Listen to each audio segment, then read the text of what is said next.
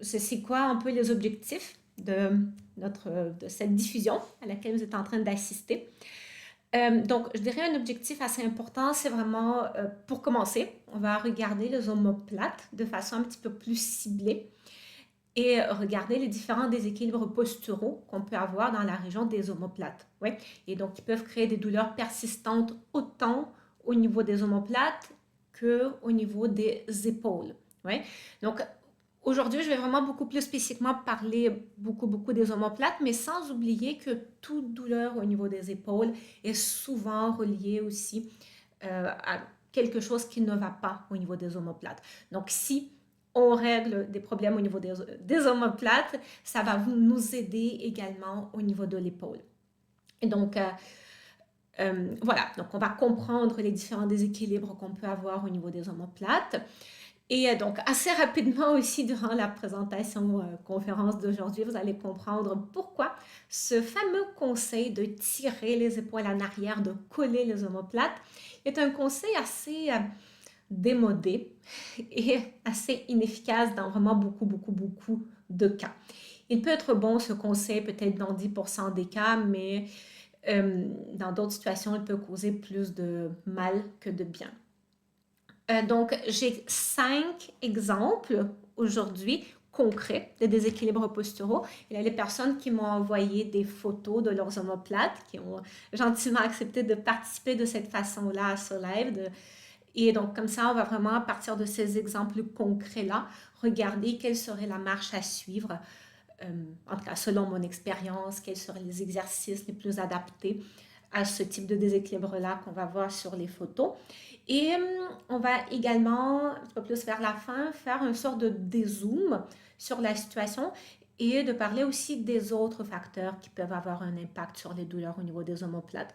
Donc, on va un petit peu parler des chaînes myofasciales, un petit peu parler de la posture d'une façon un peu plus globale aussi, parce que c'est sûr que les omoplates, ça fait partie d'un tout, et le tout, c'est tout notre corps, et dans notre corps, tout est interrelié. Voilà, donc c'est un peu le plan d'aujourd'hui. Donc je suis consciente que c'est assez ambitieux comme plan. Je me suis fixée autour d'1 heure. Sûrement, on va un petit peu dépasser. Et au pire, je me suis dit, si jamais j'ai pas le temps de vous présenter tout ce que j'ai envie de vous présenter et que je sens que je suis fatiguée, si jamais je sens que vous êtes fatigué aussi, à la limite, on fait une partie 2 dans laquelle je vous présenterai tout ce que je ne vais pas avoir le temps de présenter pour aujourd'hui. Ouais, pourquoi pas? On pourrait faire ça aussi si on sent le besoin. Voilà. Ok, donc, pour vous mettre un petit peu de l'eau à la bouche, allons voir. Voilà, donc je vais déjà commencer par vous montrer les photos qu'on va analyser aujourd'hui, les déséquilibres qu'on va analyser aujourd'hui. Donc, vous les voyez en ce moment même à l'écran. Et je vous dirais que parmi ces 5 photos, il y en a à peine une, et même un peu tirée par les cheveux, qui pourrait bénéficier du conseil tirer les épaules en arrière et coller les omoplates. Okay? Donc, une, et encore là, ce ne serait pas la priorité pour cette personne-là.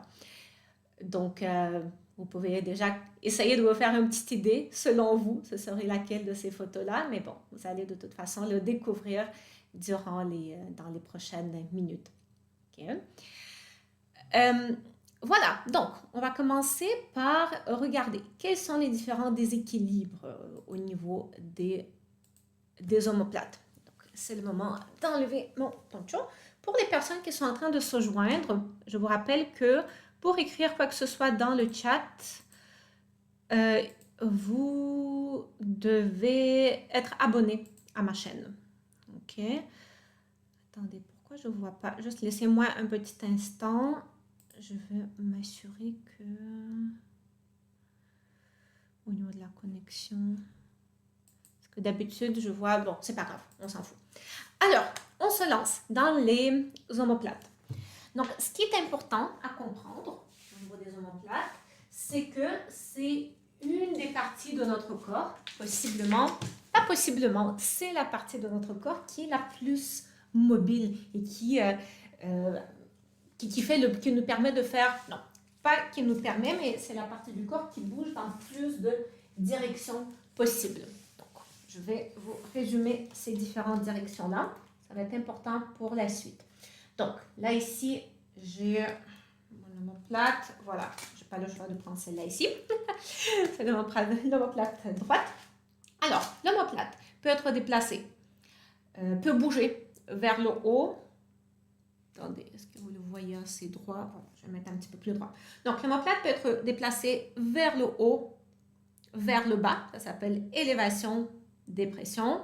L'omoplate peut être déplacée dans la direction de la colonne, donc plus près de la colonne, plus loin de la colonne. On appelle ça ADD-duction et ABD-duction, adduction et abduction.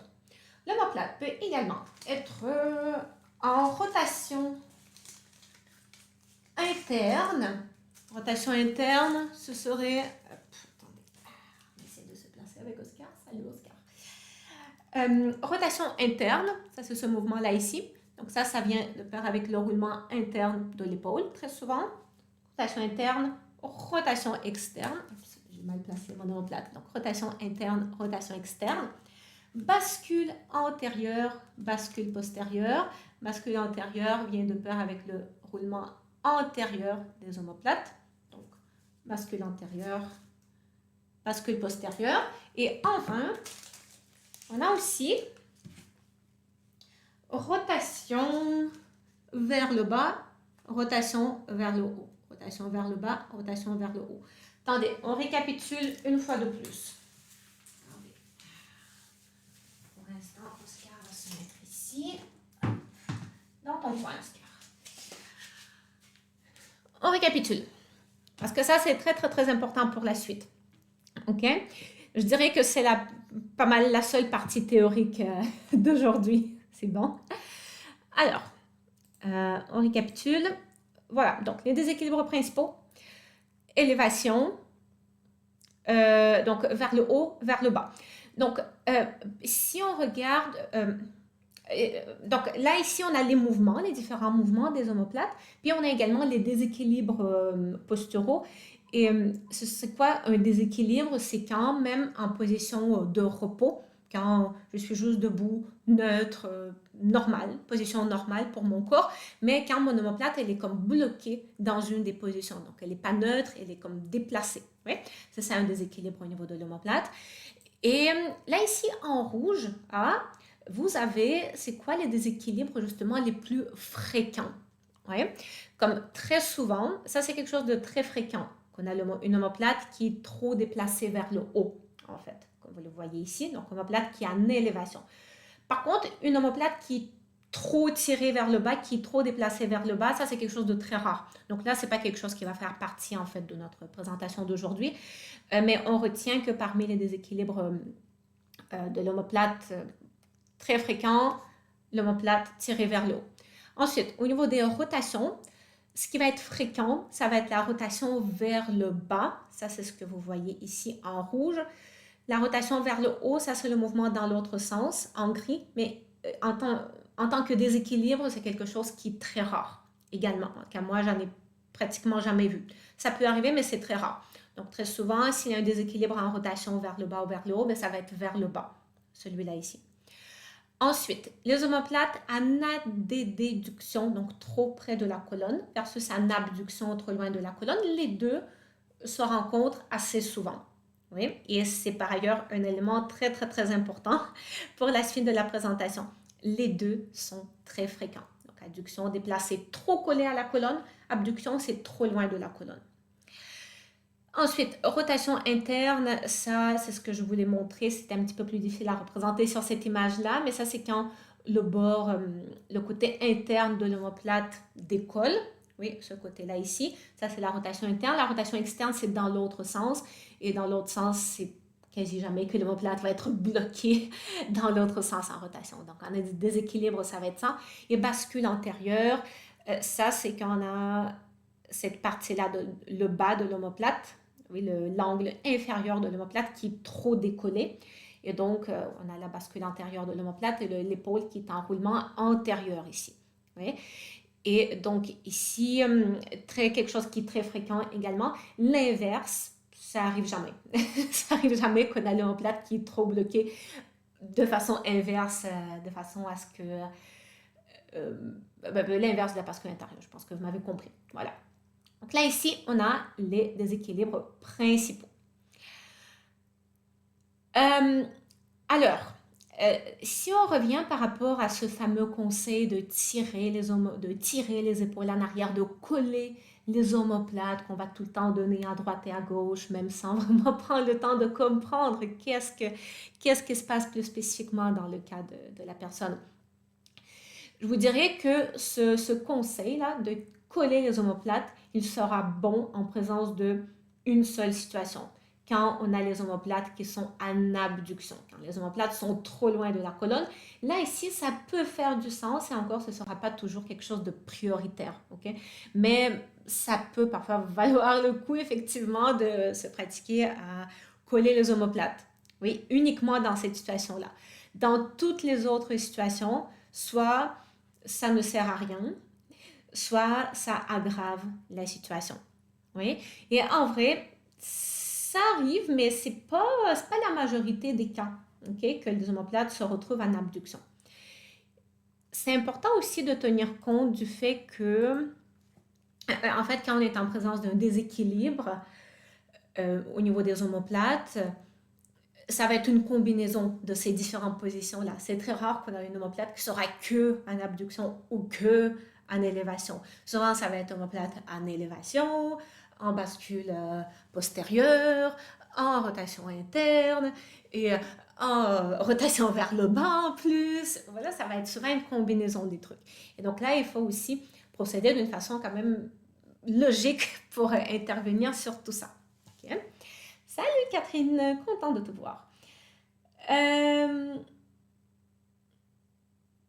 Ok, c'est une très bonne question, Catherine, merci. Je vais prendre les questions pour la fin, mais une excellente question. Ou en cours de la présentation, quand je juge que ça peut être pertinent de répondre, mais excellente question. Je vous rappelle que pour pouvoir commenter, vous devez juste être abonné. On clique sur le bouton, voilà, vous êtes abonné, vous pouvez écrire vos questions, peu importe, whatever.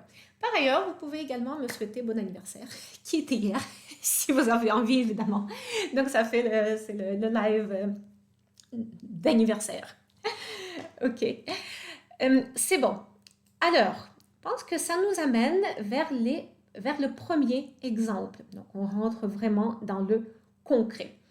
Je vais repartager avec vous l'écran. Hop, voilà. Alors, ça c'est l'exemple numéro 1. Une fois de plus, numéro 1. Désolée. Ça c'est, je remercie la personne qui a gentiment transmis la photo par ailleurs, comme pour tous les autres exemples également. Il y a quand même beaucoup de choses qu'on voit ici. Disclaimer. Il faut que je dise ça quand même avant qu'on embarque dans les trucs plus concrets. Évidemment, tout ce que je partage ici, ça reste à titre informatif.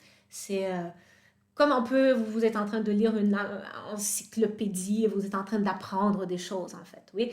Mais ce que je vais présenter aujourd'hui un petit peu comme suggestion, ça reste vraiment des suggestions. Ce ne sont pas les recommandations médicales. Ça ne remplace pas un rendez-vous avec un médecin, avec un professionnel de la santé, etc. Okay? C'est vraiment pour vous apprendre des choses. Après, vous pouvez faire avec ces informations-là ce que vous voulez, bien évidemment. Mais évidemment, on ne peut pas prétendre que comme ça, à distance, par intermédiaire d'un live, je peux à 100% donner des suggestions vraiment les plus précises et être certaine à 100% de ne pas me tromper. Parce qu'évidemment, ici, je me fie sur les photos qui ont été prises en position statique. Ça nous fournit vraiment beaucoup d'informations, mais idéalement, ce serait d'aller voir aussi un petit peu le profil postural des différents côtés, vue de côté, vue de face, de l'autre côté, de regarder aussi en mouvement, comment l'omoplate bouge, ce seraient toutes les informations qui nous aideraient à compléter un petit peu le tableau de ce qui se passe ici. Donc, ce sont toutes les informations que je n'ai pas quand j'analyse ces photos-là, que vous voyez à l'écran. Ce qui est un petit peu normal, question de confidentialité aussi, ce sont des choses que je ne pouvais pas demander. Et je ne pense pas que ça aurait été pertinent dans ce cadre-là. Mais voilà, juste sachez que ça reste des suggestions, des informations, voilà, mais ça ne remplace pas c'est pas un avis médical que je suis en train de vous donner. OK? C'est bon. Alors, si on regarde cette photo-là ici, écoutez, on va commencer. Il a cette omoplate-là ici, l'omoplate gauche, qui attire particulièrement mon attention, possiblement le vôtre ici. Donc, je vous laisse soit réfléchir un petit peu, juste un petit 10-15 secondes selon vous. Ah ben oui, vous avez la réponse ici, j'y ai pas pensé. OK, bon, tant pis. On va faire ça pour les prochains exemples. Je vous laisserai d'abord, je vous montrerai d'abord la photo sans montrer tout ça sur le côté. Alors, ici, on voit clairement que les deux omoplates ne sont pas pareilles. Hein? Et ça, c'est quelque chose qui est très fréquent aussi, qu'on a, les deux omoplates ne sont pas déséquilibrées de la même façon. C'est quelque chose de très, très fréquent. Et c'est à ça aussi qu'il faut penser. En fait, peut-être, donc si je regarde ce cas-ci précis, ouais, donc là, on a omoplate gauche qui est en adduction. Donc, on a l'omoplate gauche qui est un petit peu trop près de la colonne. Oui. À l'inverse, l'omoplate droite, elle est plutôt un peu en abduction. Donc, un petit peu quand même trop loin de la colonne. Vous voyez à quel point c'est différent. On voit que la distance ici, entre l'omoplate droite et la colonne versus du côté gauche, elle est quasiment 2 fois plus grande du côté droit. Vous voyez quand même la différence.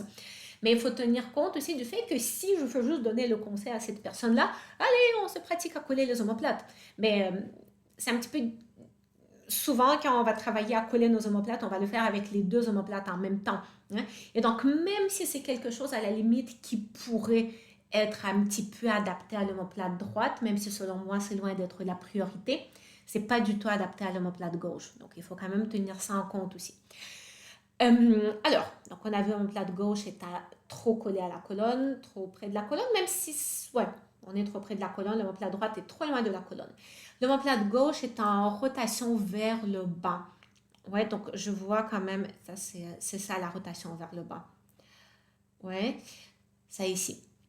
La rotation vers le bas, par ailleurs, ça vient de pair avec une faiblesse au niveau des muscles dentelés antérieurs, mais ça, je vous en reparle encore. Pour l'instant, on fait le tour de ce qui se passe ici avec les omoplates. Donc, omoplate gauche en rotation vers le bas. Là, ici, avec les petites étoiles, je me permets de faire l'hypothèse que les deux omoplates sont en rotation interne et en bascule antérieure. Alors, attendez, je vais venir. Désolée, à chaque fois que je change, c'est que vous voyez le gros écran qui fait un peu peur. C'est ce que moi je vois. Alors, où est-ce que j'en étais? Oui, je voulais dire, oui, donc juste une petite précision. Sûr que vu de dos, je ne peux pas le confirmer à 100%, mais j'ai quand même l'impression qu'on a l'omoplate en roulement, en rotation interne. Par ailleurs, ça, la rotation interne, pour savoir si on a cette problématique-là, on va souvent se fier sur la face dorsale de la main. Maintenant, si vous vous placez debout, ou comme je suis en ce moment, et si les faces dorsales de vos mains sont orientées vers l'avant, il y a de fortes chances que vos omoplates sont en rotation interne. Okay? Ça, c'est un indicateur important. Et la bascule antérieure, c'est ça ici. Oui, donc, rotation interne, ça c'est un roulement dans ce sens-là. Bascule antérieure, c'est ça. Bascule antérieure. Je pense que je me suis trompée juste avant.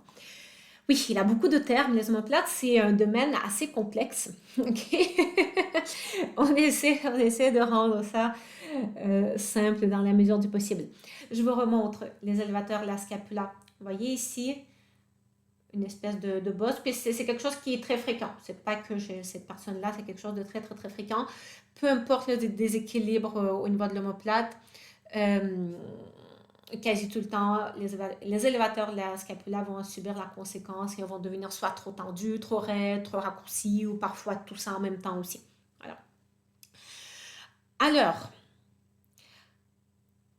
attendez, tant que je suis sur l'image, que j'espère que vous êtes en train de vous voyez bien, il faudrait que je vous montre quand même quelques muscles. Donc, les relâchements des élévateurs de la scapula, ça c'est quelque chose qu'on va mettre en place chez cette personne-là.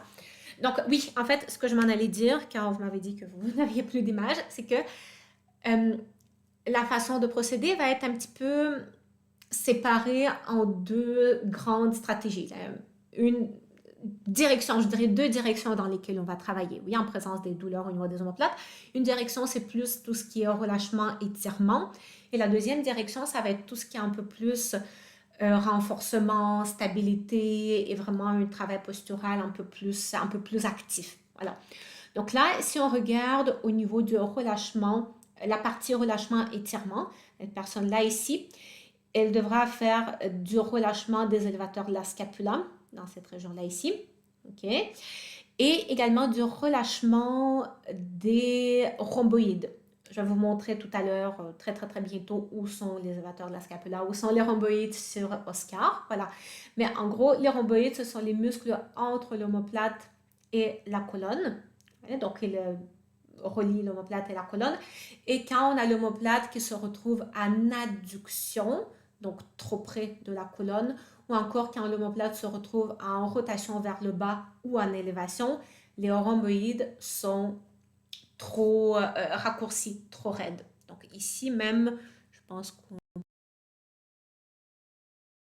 Également, ce qu'on va faire du côté gauche, dans ce cas-ci, ce serait des étirements des muscles rhomboïdes. Parce que là, ici, ils sont trop raccourcis. Maintenant, je vous montre...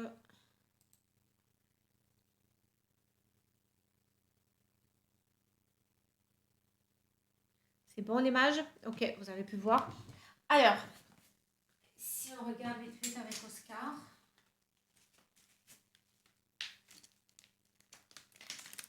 J'ai fait un peu de bricolage. Élévateur de la scapula, lui, il est ici. C'est un peu détaché, mais lui, il est un petit peu plus facile à voir quand même. En jaune, élévateur de la scapula. Et les rhomboïdes, ils sont vraiment entre l'omoplate et la colonne. Oui, donc forcément, les rhomboïdes, quand ils se contractent, ils rapprochent l'omoplate de la colonne. OK? Et en fait, souvent, quand l'omoplate va être en élévation, pour une raison dans laquelle je ne vais pas embarquer, les rhomboïdes seront également trop...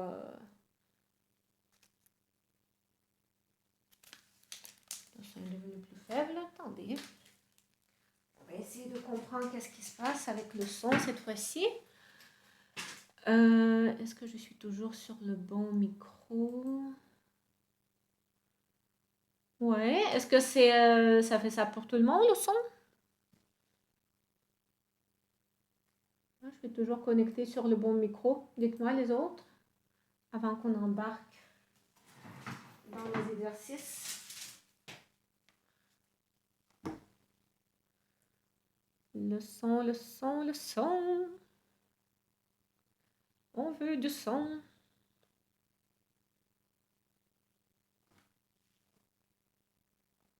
Dites-moi les autres. Est-ce que vous m'entendez?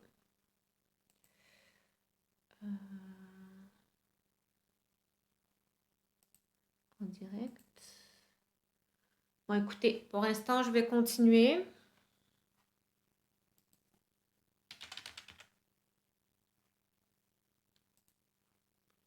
Et on a toujours la connexion. Est-ce que ça va? On a toujours la connexion Internet. Ok, c'est bon. Et du son, ok, ça a l'air d'aller.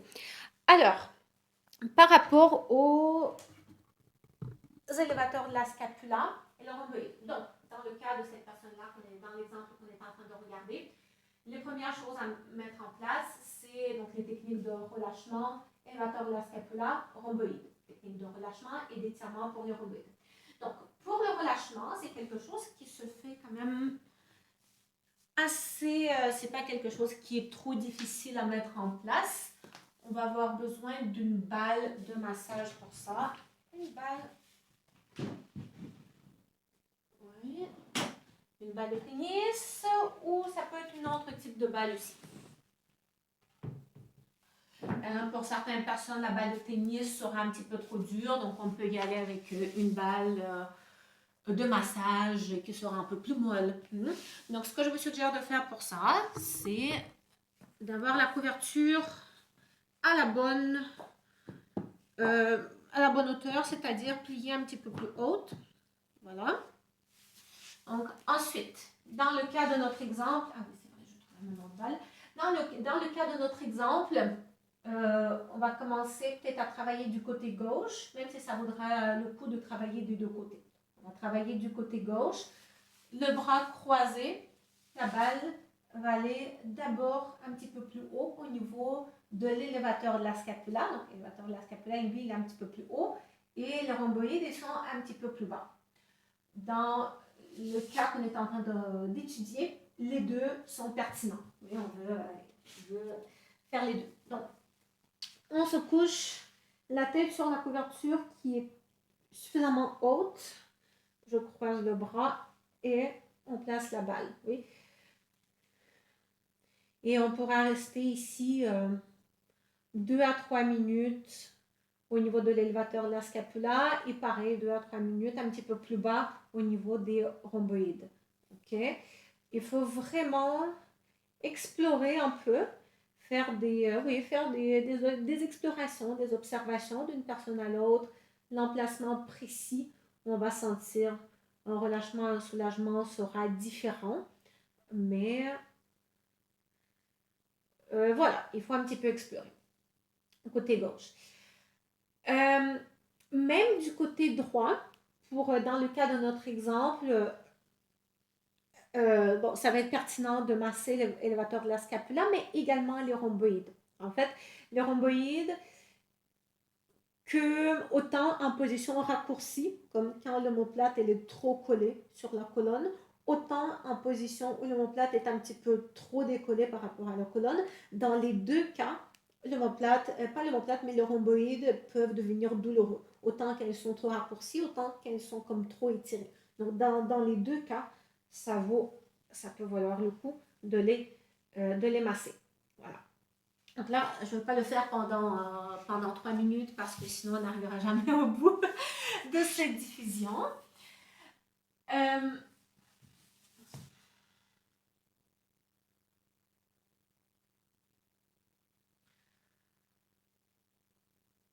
Bon, je pense que c'est la personne qui n'a plus de son devrait regarder de son côté. À moins s'il y en a d'autres qui disent qu'ils n'entendent pas. Malheureusement, de mon côté, je ne peux rien faire d'autre. Alors, si ce massage-là est un petit peu trop difficile à faire au sol, dans ce cas, on peut faire parer aussi au mur, bien évidemment. Okay? Bon, écoutez, comme je dis, c'est effectivement dommage, mais si pour toutes les autres personnes ça fonctionne, c'est que ça n'a pas l'air de venir de moi. Peut-être regarder votre connexion, voir si vous pouvez faire quelque chose de votre côté. Alors, on va remettre l'exemple. Voilà, donc on commencerait avec ça. Oui, c'est vrai, les étirements du rhomboïde du côté gauche. Ça, c'est quelque chose qu'on ferait uniquement du côté gauche. Ouais. Donc, le relâchement dans la région des rhomboïdes, on peut faire des deux côtés. Le relâchement, autant quand l'omoplate est un petit peu trop loin de la colonne que quand l'omoplate est un petit peu trop collé à la colonne, on va relâcher les rhomboïdes. L'étirement, par contre, on ne va pas le faire du côté droit. Parce que du côté droit, on sait que l'omoplate, elle est déjà un petit peu plus loin qu'il ne le devrait être. Ouais? Par contre, du côté gauche, ça pourra vraiment être intéressant. Donc, pour les étirements du rhomboïde, je vous montre. Je prends les questions à la fin de l'exemple. Alors, où est-ce que j'en étais? Oui, l'étirement.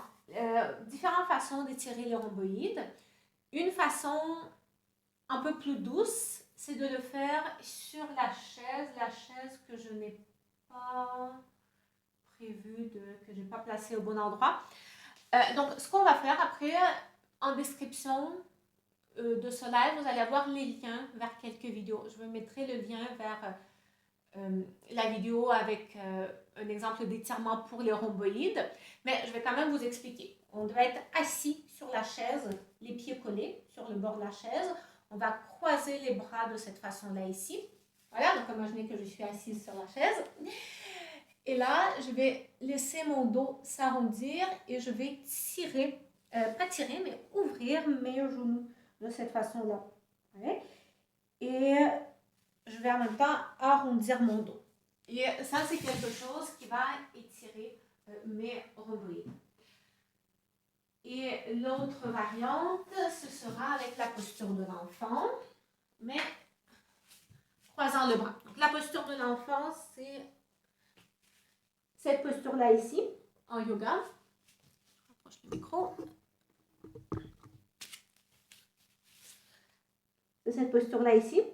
Et donc, si on veut davantage viser les rhomboïdes, ce que je vais faire, je vais croiser le bras, donc le bras gauche dans cet exemple-là, comme ça, et je me recouche.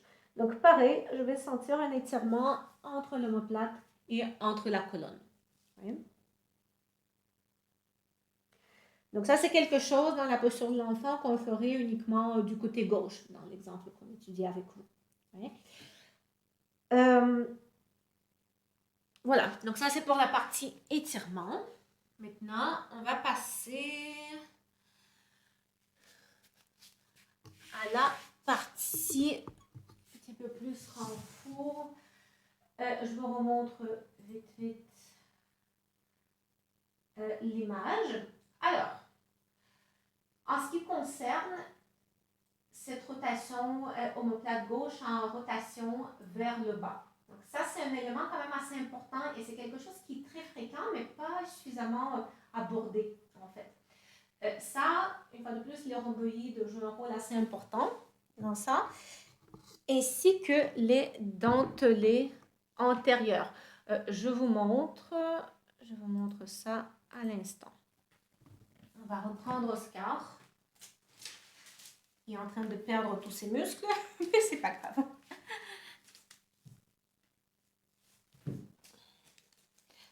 Alors, j'ai Oscar, j'ai l'omoplate.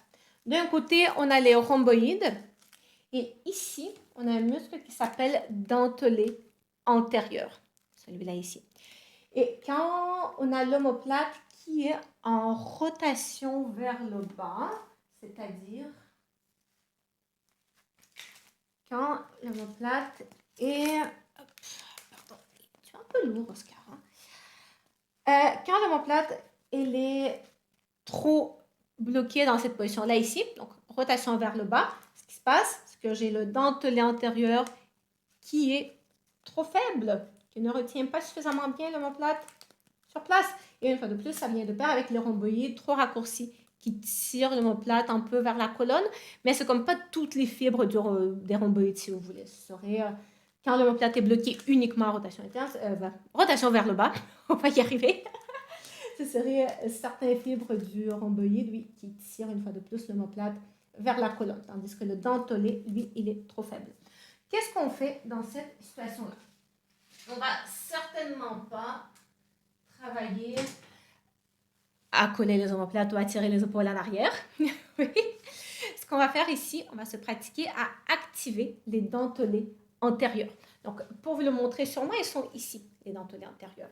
Oui. Donc, quand je l'active, quand je suis capable de le contracter, ça va diminuer cette rotation vers le bas de l'omoplate. J'espère que je ne me suis pas trop perdue.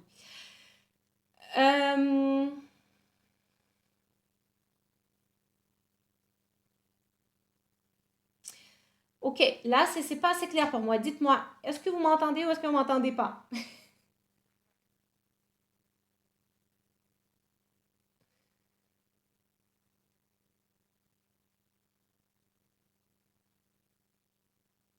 Il y en a qui me disent que ça va, d'autres je ne comprends pas. Je ne sais plus qu'est-ce que je dois faire par rapport au son. Alors, par rapport au dentelé antérieur,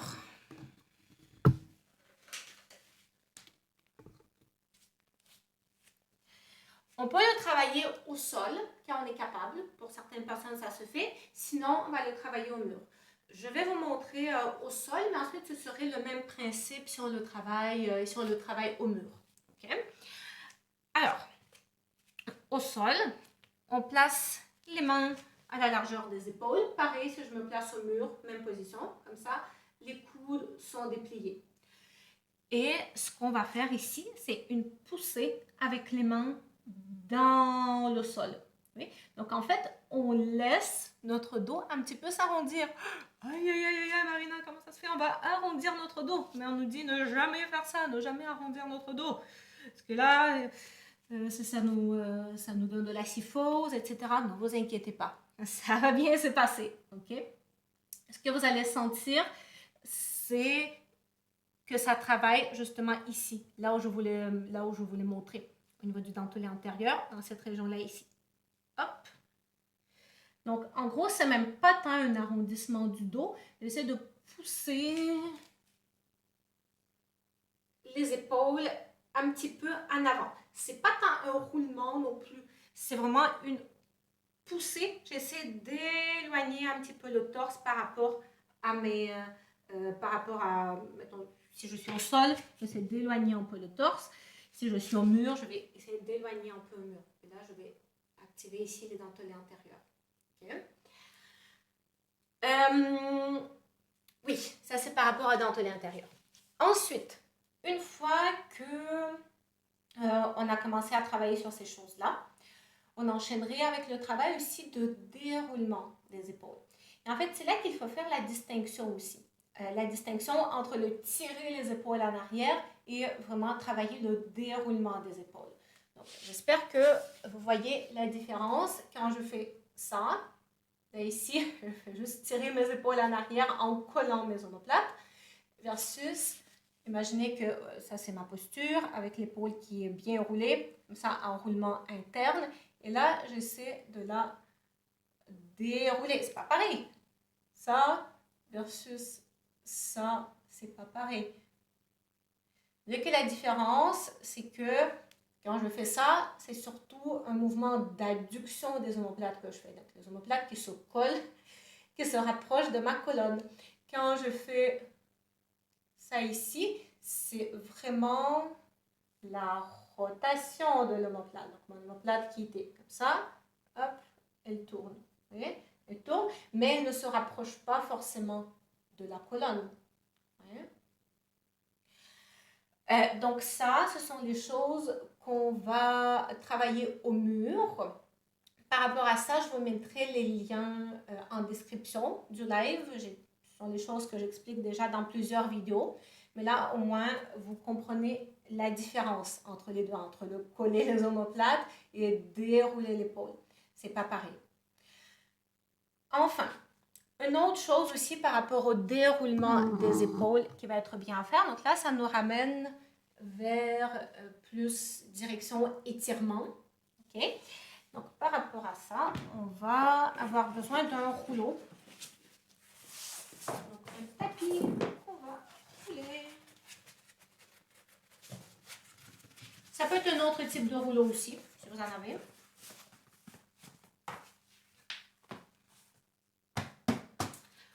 Une brique pour la tête, pourquoi pas avec une couverture. Voilà, comme ça ici. On se couche sur le rouleau. Attention, toute la colonne doit être appuyée sur le rouleau. Si au départ, je me mets comme ça, en plein milieu, que j'ai une grosse partie du tapis qui reste comme sous mes fessiers, si vous voulez, et je me couche comme ça, j'ai pas assez de tapis pour tout mon dos. Donc il faut vraiment s'asseoir sur le bord, coccyx sur l'extrémité du tapis. Et là, je peux m'allonger ici. J'attrape ma tête, je crée une traction de la tête, je pose la tête, c'est ici. Je m'assure que mon dos n'est pas en train de trop se cambrer. Et à partir de là, on peut travailler de façon différente. Okay? Alors, quand on a les omoplates en rotation interne, chose très fréquente. Donc ça, c'est ce que je vous ai expliqué. La façon de le savoir, c'est de voir si en position debout, vous avez la face dorsale, désolé, de la main qui est orientée vers l'avant. Ce qui va être plus adapté dans ce cas-ci, ça va être juste étirer les bras de cette façon-là, les paumes des mains vers le haut. Bon, j'ai plus ma lampe mauve, mais c'est pas grave. Voilà, donc ici, ce qu'on vise, en fait, c'est l'étirement des petits pectoraux. Ça, c'est un nouveau muscle qui rentre en jeu, le petit pectoral. Je vais vous montrer ensuite il est situé où. Le petit pectoral il va être toujours raccourci en présence du roulement interne des omoplates et des épaules. Donc là, ici, on va l'étirer. Et le petit pectoral va également être raccourci en présence d'une bascule antérieure des omoplates et de l'épaule, forcément. Ouais. C'est juste que ce n'est pas les mêmes fibres du petit pectoral qui sont raccourcies. Après, ici, on a roulement interne et la bascule antérieure, mais ça veut dire que toutes les fibres du petit pectoral sont raccourcies aussi. Bref, pourquoi je vous explique tout ça? Parce que cet exercice-là, on peut le faire de différentes façons. Je peux le faire comme ça. Je peux faire exactement pareil, mais tourner mes bras de façon à ce que la paume de la main soit orientée vers mes pieds. OK. Comme ça ici. Déjà, là, je ne vais pas sentir l'étirement au même endroit au niveau de mon épaule. Souvent, ça va plus tirer ici. Après, ça dépendra d'une personne à l'autre. Il faut un petit peu tester aussi pour viser les bonnes fibres du petit pectoral. Donc, version 1, paume de la main vers le haut. Version 2, paume de la main vers le bas. Et version 3, c'est de plier les coudes comme ça ici. Vous voyez? Et de façon générale, quand je fais ça, je travaille plus sur le roulement interne de mon épaule. Quand je fais ça ou ça, je travaille plus sur la bascule antérieure de mon épaule. J'espère que vous me suivez. Après, vous pouvez revoir ici le live. Donc ça, cet exercice-là, je le préfère tous les exercices qui travaillent à coller les omoplates, tirer les épaules en arrière, etc. Si on travaille vraiment à étirer ici. Ok, attendez, je vais regarder ce que vous m'avez écrit ici en attendant. Mais ça part de temps en temps, que ce soit ici. Alors, je vais un petit peu regarder vos questions. Je vois qu'il y en a déjà beaucoup. Bon, je sens qu'on va avoir une partie 2 et une partie 3 au sujet des omoplates. Si on n'est que sur le premier exemple. Oui, effectivement, Catherine, les petits pectoraux peuvent être détendus avec une balle. C'est une bonne façon de les travailler aussi. Il faut appuyer fort avec la balle, ça doit rester léger. Ben, ça, c'est une excellente question par rapport à tous les massages avec les balles, en fait. Comment trouver ce juste milieu? Il faut que ça se tolère. Il ne faut pas que ça nous fasse crier de douleur.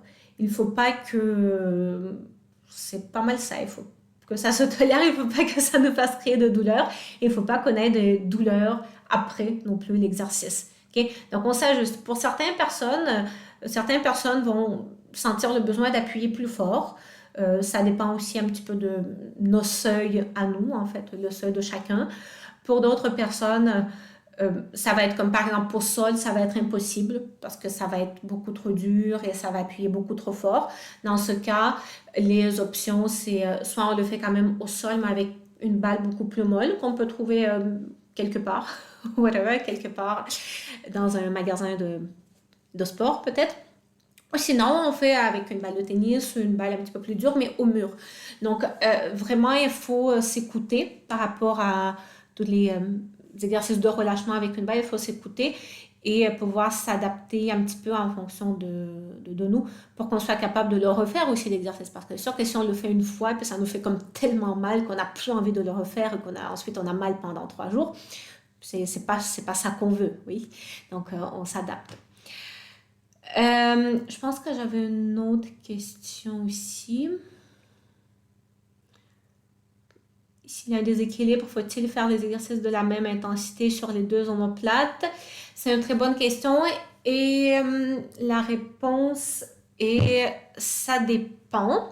Donc, par exemple, si je reprends notre exemple, si je reprends l'exemple, voilà, ici, on a clairement les deux omoplates qui sont différentes. Qu'est-ce que je vais faire pareil des deux côtés et qu'est-ce que je pourrais faire différent? Donc, dans ce cas-ci, en ce qui concerne le relâchement des élévateurs de la scapula, si des deux côtés, je sens vraiment qu'ils sont tendus et raides, je vais les masser séparer des deux côtés. Si les rhomboïdes, donc un petit peu plus bas dans cette région-là, si c'est raide et douloureux, là également, je peux le faire à peu près même temps de durée, mais c'est juste que là, je ne vais pas le faire pour les mêmes raisons. Du côté gauche, je vais le faire parce qu'il est trop raide et raccourci. Du côté droit, ça va être parce que le muscle est comme trop tendu, il est trop étiré. Mais dans les deux cas, il peut être douloureux. Ensuite, pour les étirements du rhomboïde, je vais quand même plus insister du côté gauche ici. Je ne veux pas étirer le rhomboïde du côté droit, par exemple. En ce qui concerne, qu'est-ce qu'on a vu d'autre? Les étirements des petits pectoraux, ça c'est de toute façon c'est un exercice qui est plus des deux côtés, qui travaille des deux côtés en même temps, donc ça va être pareil des deux côtés. Pour le renforcement des dentelés antérieurs, donc celui que je vous ai montré quand on pousse soit dans le sol ou contre le mur, je le travaillerai ici, sûr qu'en tout cas, vu comme ça, il me paraît plus important du côté gauche, parce que du côté gauche, l'omoplate est comme vraiment plus tourné vers l'intérieur, plus près de la colonne. Donc, le renforcement du dentelé antérieur du côté gauche serait plus important. Mais dans ce cas-ci, ça ne ferait pas de mal, en fait, du côté droit non plus. En fait, donc, c'est OK. De toute façon, je vais pousser à peu près pareil des deux côtés. Voilà. OK. C'est vrai que j'avais mis aussi renforcement du trapèze inférieur, mais je pense que... Oui, c'est ça. Donc ça, je vais quand même vous le montrer aussi, le renforcement du trapèze inférieur. Donc le trapèze inférieur, c'est les fibres inférieures du trapèze. Donc le trapèze, c'est un gros muscle qui fait hop, hop, hop, à peu près ça ici. Donc quand j'ai l'omoplate qui est en bascule antérieure, comme c'est le cas ici, donc quand le bord inférieur de l'omoplate décolle. Ici, justement, j'ai le trapèze, les fibres inférieures du trapèze qui feraient comme un rectangle ici. Attendez, je vais vous le montrer. Hop. Il serait à peu près, pas exactement, mais voilà, quelque chose qui ressemble à ça. Donc lui, en fait, le trapèze, les fibres inférieures du trapèze, eux autres, ils travailleraient à remettre un petit peu les omoplates sur place par rapport à ça. Donc ici, on travaillerait avec les mouvements, les bras vers le haut. Donc, une fois de plus, dépendamment du niveau de chacun. OK, ah oui, ça a vraiment fait un changement au niveau du son. Le son est bien remonté pourtant, c'était minime. OK, écoutez, tant mieux. Alors, par rapport aux fibres inférieures du trapèze, ça va être tous les mouvements avec les bras vers le haut. OK? Par exemple, si on regarde les postures de yoga, c'est une posture un petit peu plus intense, mais je vais quand même vous la montrer pour que vous ayez une idée par rapport à ça. Ce serait une sauterelle, la posture de la sauterelle. Donc comme ça, on partirait sur le dos, sur le ventre, désolé, je dis n'importe quoi. Là, vous ne m'entendez pas, donc je vais rapprocher le micro. Voilà. Comme ça ici. Et c'est un type de posture où je décolle mes bras vers le haut de cette façon-là, en les gardant... je fais comme une Y avec mes bras en ce moment. Donc je décolle ça et je peux décoller la tête. Là, ici, on renforce le trapèze, les fibres inférieures du trapèze. Okay? Un petit peu difficile pour certains. Donc, déjà, pour certaines personnes, ce qui peut bien fonctionner aussi. Il y a certaines personnes pour qui juste lever les bras vers le haut, ça force déjà beaucoup. Le trapèze, il peut être tellement faible, donc ça peut être des choses juste à travailler. Okay? Et sinon, il y a l'exercice avec un élastique qu'on peut faire. On prend un élastique d'exercice et on suit les étapes suivantes. L'étape numéro 1, je tiens l'élastique de cette façon-là. Okay? Vous voyez, mon poignet est droit. Étape numéro 2, je tourne mon bras de cette façon-là. Donc, vous voyez, je fais ça ici. Attention, mon poignet est toujours droit. Je garde la tension. Au niveau de l'élastique, la tension va dépendre, une fois de plus, de notre niveau, de nos douleurs, à quel point nos muscles peut-être sont un petit peu plus faibles ou un peu plus forts. Et donc là, à partir de là, je lève tout ça vers le haut. Mes poignets restent bien droits. Vous voyez? Okay. Et là, ici, on tire, on s'étire vers le haut, on fait étirer notre colonne. Et on respire ici. Ici, quand je fais ça, ça renforce mes trapèzes inférieurs. Pas que, ça renforce, entre autres, mes trapèzes inférieurs. Donc ça, c'est par rapport au trapèze. Alors, c'est bien remonté. Ok, je vais remettre le document. Voilà, donc là, on a fait vraiment le tour des exercices. Je suis en train de réfléchir. Peut-être on va regarder un deuxième exemple. Et oui, je vais définitivement faire une deuxième partie par la suite. Parce que je sais que je suis consciente que déjà, ça fait beaucoup d'informations. Pour vous, ça fait beaucoup de choses à dire pour moi aussi. Donc, pour que peut-être ça rentre un peu mieux, je vais faire une deuxième partie sur les épaules la semaine prochaine. Toujours en live, maintenant que je semble avoir un petit peu mieux compris qu'est-ce qui marche mieux pour le son. En plus, ce sera mieux à ce niveau-là aussi. En plus, l'autre exemple, il va être un peu moins long puisqu'il y a plusieurs choses qu'on a déjà vues avec l'exemple précédent. Donc là, cette personne-là ici, par ailleurs, je la remercie également d'avoir envoyé les photos. Ça a donné que cette personne-là ici, pour une raison quelconque, j'imagine elle avait déjà une photo. Elle m'a envoyé comme les photos sur plusieurs temps. Mais c'est un homme, mais la personne, on se comprend. Donc, il m'a envoyé la photo qu'il avait prise il y a 4 mois. Je ne sais pas pour quelle raison, peut-être pour voir un petit peu la position de son omoplate et tout. Et donc, pendant 4 mois, cette personne-là, elle a fait les exercices. Je ne sais pas quel type d'exercice elle a fait. C'est pas, je ne crois pas enfin que c'était mes exercices à moi, peut-être mes exercices sur YouTube. Bref, je ne sais pas exactement quels exercices cette personne faisait. Mais ça, voilà, ça c'était 4 mois après avoir commencé à faire les exercices. Et ça, cette image-là, c'est quand cette personne-là, elle tire les omoplates en arrière. Donc déjà, ça peut être quand même intéressant de voir effectivement est-ce qu'il y a une différence entre ces deux photos-là, déjà avant versus après les exercices. Moi, la différence que je vois, c'est que là, les omoplates me paraissent un peu plus basses sur la photo, sur cette photo-là ici. J'ai l'impression qu'il y avait peut-être un petit peu... Ouais, je me demande si c'est l'effet qui fait ça. Juste la façon comment la photo a été prise. Attendez, si je diminue un petit peu le coup.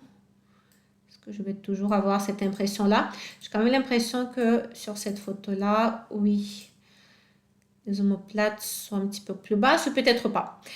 À vérifier. Voilà. Par contre, ce que je constate à coup sûr, c'est quand même moins de rotation interne. Donc, si je regarde le bord interne des omoplates sur la photo avant les exercices versus après, les omoplates m'ont l'air être moins en rotation interne. Quelque chose qui serait à vérifier quand même avec plus d'informations. Mais voilà, c'était quand même intéressant à voir. Cela dit, il y a quand même plusieurs éléments qui ressortent ici. Donc, j'ai quand même les omoplates, particulièrement l'omoplate droite ici, qui sont un petit peu trop en adduction, oui, qui sont un petit peu trop près de la colonne. Donc, en fait, ce que je vais faire, je vais garder juste cette photo-là pour ne pas qu'on soit mêlé. Je vais garder cette photo-là et celle-là où on tire les omoplates en arrière. Alors, vous voyez, les omoplates sont un petit peu trop près de la colonne, particulièrement l'omoplate droite. Ouais. On voit quand même bien ici le bord de l'omoplate. Oui, c'est ça. Les omoplates restent quand même encore en rotation interne, même si ça s'est amélioré, cette personne-là. Donc, il y a quand même la rotation interne et la rotation vers le bas. Donc, ça ici, La rotation vers le bas, une fois de plus, revient. Pas trop prononcée, mais je la vois quand même, la rotation vers le bas. Donc, l'exemple numéro 2, rotation vers le bas, adduction, rotation interne. Je ne suis pas certain pour la bascule antérieure. Je n'ai pas l'impression que c'est quelque chose. En tout cas, sur ces photos-là, ce n'est pas quelque chose qui se voit beaucoup. Donc, d'où, vous voyez, je trouvais ça vraiment intéressant que cette personne-là, elle m'a envoyé les photos, elle fait un effort de encore plus tirer les omoplates en arrière. Parce que, en fait, c'est quelque chose qui n'est pas... Ben, on voit, tu sais, à quel point, effectivement, les omoplates se collent encore plus de la colonne, mais c'est quelque chose, en fait, qui n'est pas nécessaire dans ce cas-ci. Parce que déjà, l'omoplate droite, elle est beaucoup trop collée vers la colonne. L'omoplate gauche, un peu aussi, mais quand même moins. Donc, honnêtement, ça, c'est quelque chose qui ne sert pas à grand-chose ici, de tirer les omoplates vers la colonne.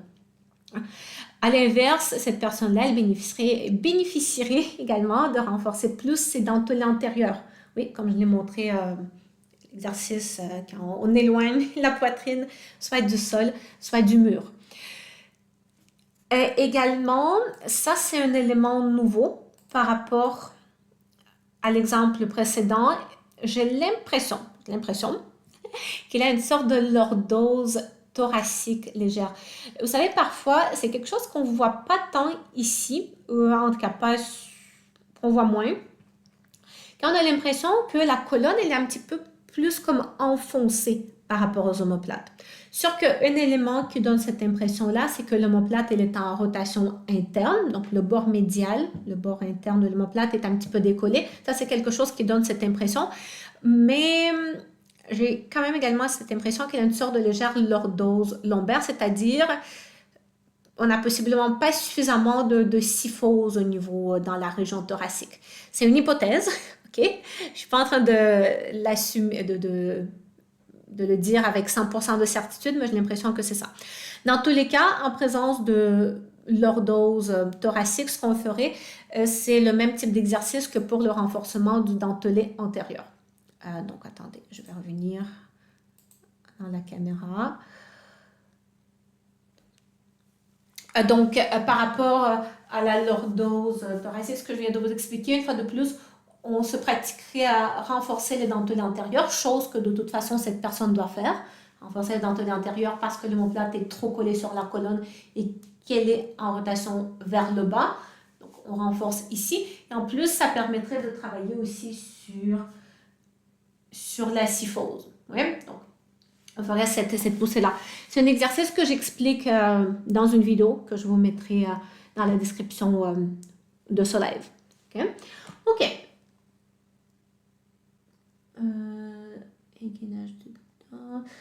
Je suis en train de regarder ici la question. Si c'est juste un manque de stabilité, une luxation, je ne veux pas dormir sur le dos. OK. Pour ma photo, je viens de voir aujourd'hui que le gros du problème vient de mon omoplate gauche qui n'est pas fixée et s'enfonce quand j'appuie dessus avec la rente. OK.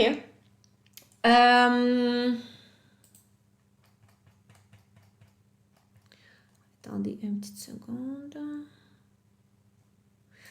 Foul, est-ce que tu m'avais envoyé, Foul, désolé, je ne sais pas comment t'appeler autrement. Est-ce que tu m'avais envoyé une photo? Est-ce que c'est celle-là ou pas? Juste pour être sûre. Oups. Parce que j'avais une autre photo que c'était une femme qui me l'a envoyée.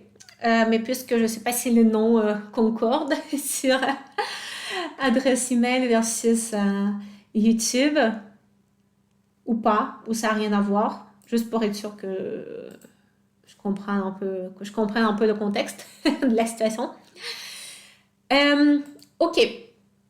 En attendant la réponse, écoutez, ce qu'on va faire, c'est décider. Je vais faire la partie 2 pour regarder les 3 autres exemples, parce que sinon, on va s'éterniser jusqu'à 20h. Ce n'est pas mon but non plus. Et pour une meilleure intégration des informations, je pense que ça va être mieux. Peut-être quand même quelques informations aujourd'hui. Au niveau des chaînes myofasciales, je vais plus en parler la prochaine fois. Mais une chose... Ah, c'est Léo. Ok, ok, c'est bon. Désolée. Ok, c'est bon. Je ne sais pas pourquoi j'ai pris pour acquis que full, c'était... Je sais pas. Oui. Ok, c'est bon, celle que je viens d'analyser. Ok, c'est bon. Merci. Merci pour la précision. Que le mot de de mon omoplate gauche qui n'est pas fixé s'enfonce quand j'appuie dessus, me provoque une grande majorité des symptômes. C'est intéressant. Euh,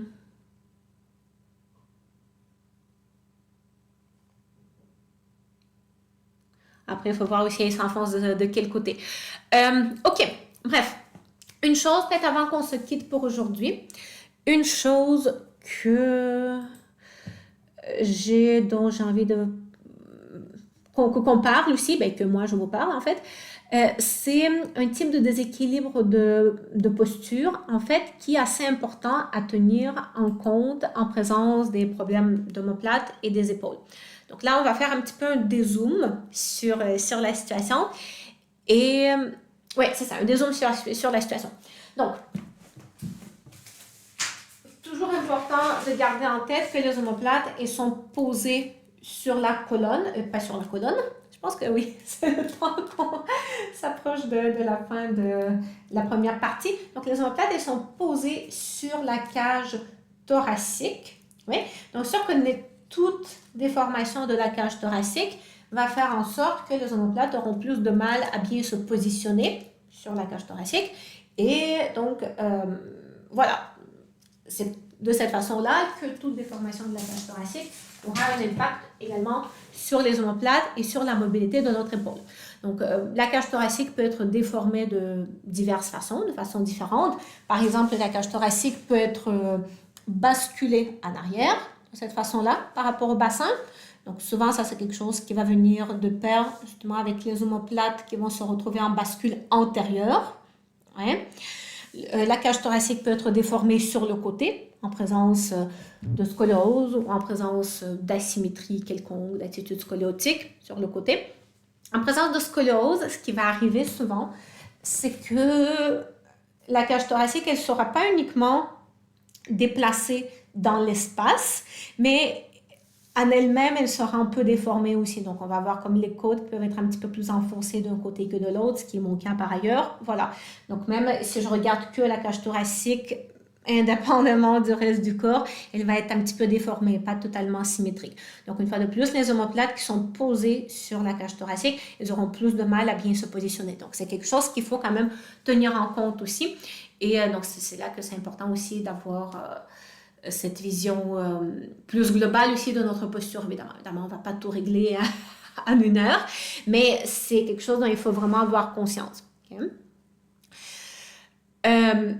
Par rapport à ça, par ailleurs, c'est le moment de le dire. Vous savez que pour une analyse un petit peu plus complète, ça, il y a la session offerte, je me réapproprie ma posture. Oui, ça, c'est vraiment une opportunité pour vous d'avoir une analyse un petit peu plus globale de toute votre posture des pieds à la tête. Mais ça, c'est pas dans le cadre d'un live YouTube, c'est dans le cadre d'une rencontre individuelle qui est gratuite, la première, puis pour la suite, on regarde si c'est pertinent qu'on continue ou pas. Bref, voilà, ça par rapport à cette session-là, session je me réapproprie ma posture, vous avez le lien en description, c'est le premier lien que j'ai mis. Voilà, ça c'est la première chose. Et là, une autre chose aussi dont je voulais vous parler, c'est cette tendance chez beaucoup de personnes, quand on va lever les bras vers le haut, le dos va se cambrer. Donc, on n'arrivera pas à lever le bras au-dessus de la tête en gardant le dos droit. Donc, soit on fait ça, soit on n'arrive pas, soit le bras est bloqué quelque part ici, puis voilà, donc on n'arrive pas à lever le bras sans cambrer le dos. Ça, donc évidemment, c'est quand je reformule, Alors, c'est une problématique quand même assez globale. Et a priori, si on n'a pas de problème d'épaule, plus spécifique, s'il n'y a pas une tendinite, bursite, capsulite qui bloque notre épaule, l'explication est souvent justement plus au niveau de l'omoplate et au niveau de notre dos. Plus spécifiquement, le muscle ici qui est souvent responsable, c'est le muscle grand dorsal qui est trop raccourci. Oui? Et Souvent, ça va être accompagné également de la bascule antérieure de l'épaule et de l'omoplate de cette façon-là. Donc, c'est ça qui fait en sorte aussi qu'on est bloqué dans ce pattern-là. Donc, par rapport à ça, par rapport à cette problématique-là, qu'est-ce qu'on fait? Comment faire pour dérouler notre épaule et dérouler notre omoplate sans cambrer le dos? Ouais, parce que sinon, si j'arrive à lever mon bras en cambrant le dos, ben le mouvement ne vient plus vraiment de l'épaule ni de l'omoplate, mais de mon dos. Et à la longue, je peux développer des douleurs au niveau de mon dos. C'est à chaque fois, je compense de cette façon-là. Okay? Donc, pour retrouver la capacité de lever mon bras au-dessus de la tête sans cambrer le dos, il y a un exercice qui existe et par rapport à ça, je peux vous référer vers cette vidéo-là ici. Je veux juste vous en parler, puis ensuite, pour aujourd'hui, on va terminer. OK? Voilà, donc là, cette vidéo-là ici, qui existe sur ma chaîne YouTube, dans laquelle j'explique un truc. C'est un truc quand même assez long à expliquer, OK? En plusieurs étapes, ça implique les briques de yoga. Après, il est long à expliquer, mais une fois qu'on sait comment le faire, il est... Est-ce que vous le voyez, le document? Oui, vous le voyez. Mais après, une fois qu'on sait comment le faire, on peut le faire quand même assez rapidement. Voilà. Mais vous allez voir que la vidéo, elle est peut-être un petit peu longue pour une première fois, mais c'est un truc vraiment qui fait une grosse différence par rapport à ça, par rapport à la bascule antérieure de l'omoplate et par rapport à notre capacité de lever notre bras sans cambrer le dos. C'est un truc qui va nous permettre de relâcher le grand dorsal. Okay? Ça, par contre, c'est une vidéo qui est réservée pour les membres de ma chaîne YouTube. Donc, les membres, c'est pour devenir membre de ma chaîne YouTube, c'est juste un petit abonnement de 2,99 par mois. Après, on peut l'arrêter quand on veut. Voilà. Juste ne soyez pas surpris si vous n'avez pas accès à cette vidéo-là directement. Mais ça, ici, vous avez le titre. Donc, ça, c'est un élément quand même dont je voulais vous parler qui implique cette vision de la mobilité de l'épaule, mais de façon un peu plus dézoomée. Voilà, donc je vais quand même encore regarder ici les questions. Anna, section à droite, côté trapèze inférieur. Oui, donc je vais quand même essayer de comprendre au niveau... Léo, qu'est-ce que tu essaies de m'expliquer ici dans ton commentaire? Ok, le gros du problème vient de mon omoplate gauche qui n'est pas fixée, s'enfonce quand j'appuie dessus.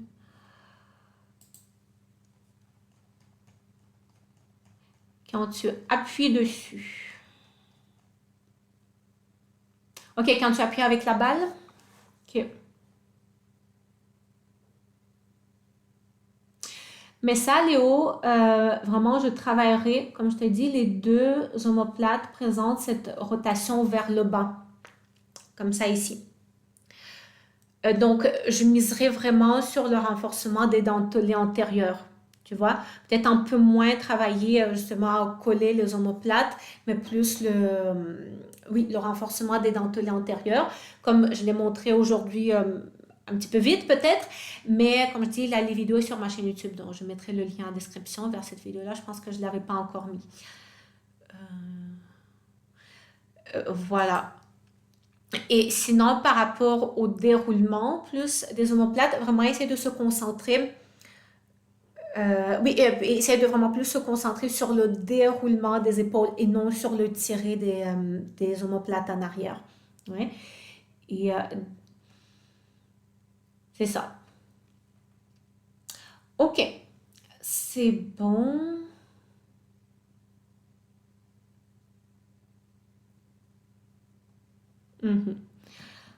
OK, c'est bon, parfait. Bon, écoutez, je vais faire la deuxième partie la semaine prochaine. OK? Parce que là, j'avais d'autres photos encore des choses quand même à partager à ce sujet-là. Donc, je vais faire la deuxième partie. Donc, suivez peut-être les notifications sur les petits messages qui passent sur YouTube. Ça va être quand exactement? Ça risque d'être mardi, mais un petit peu plus tard mardi, plus vers 18h30 que je pourrais le commencer mardi. OK.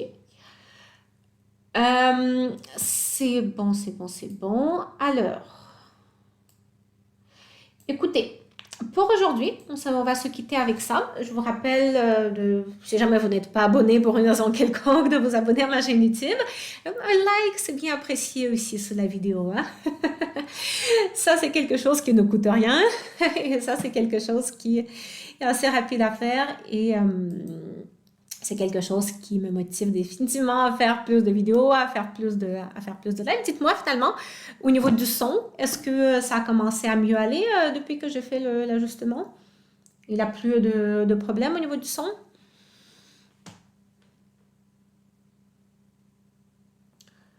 Oui, au niveau du son, je crois qu'il n'y avait pas eu d'autres questions.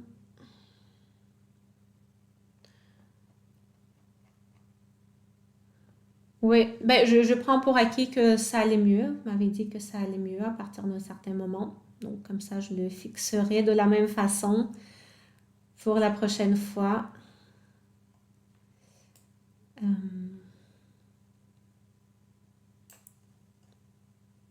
le son a été parfait ensuite. Ok, bon écoutez, c'est le 5% qui a fait toute la différence.